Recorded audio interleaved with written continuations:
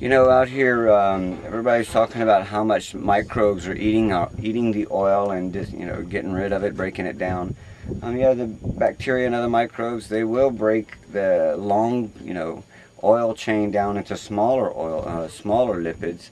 But what concerns me would be the benzene and toluene that would be released either by the dispersants or just the breaking down of the oil that we have here. And what's happening to that benzene? What about those cyclohexanes? Where are they going?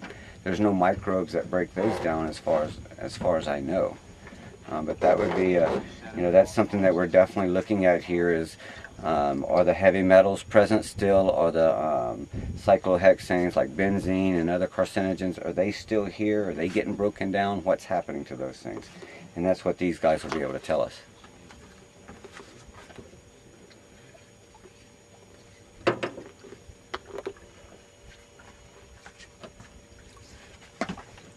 What he's doing here is getting a sediment sample.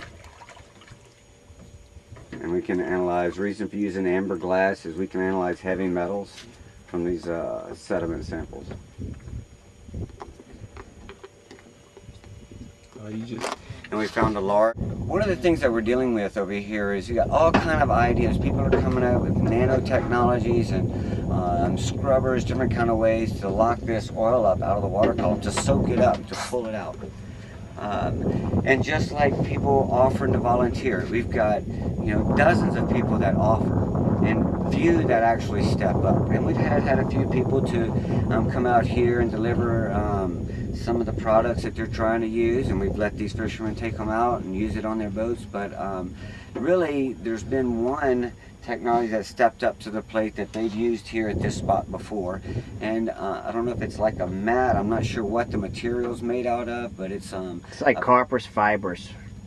Yeah, as you said, it's a Russian technology that they've sent over here, and that we're trying here in this location because we know there's oil here. You can see it; it's evident on the shore. So what we really need to be able to do is to find these new technologies and then employ them out here. If you don't start employing them now, it'll never get cleaned up. I mean, it's going to be a job to get this stuff cleaned up as it is. So I mean, they've really got to start looking at their resources and seeing what's the best mechanical means, and well, let's just talk about the mechanical means right now of removing oil from the water column. So he's actually going to lift this biofilter up, and it shows you the curtain that's hanging below it. That curtain absorbs the oil. It's lipophilic, and it pulls the oil out of the water and really locks it up on those fibers. You can see the tar balls all on it from here, dude. I mean, it's nothing but tar. And if you see, it's more substantial than just your regular floating boom. Your regular floating boom will get what's at the surface, but what if it's suspended underneath the surface a little bit? Well, this will capture it down to, it looks like about a meter. Also increases the surface area. Increases the surface area, increases your absorption potential. Grab it, lift it up as high as you can.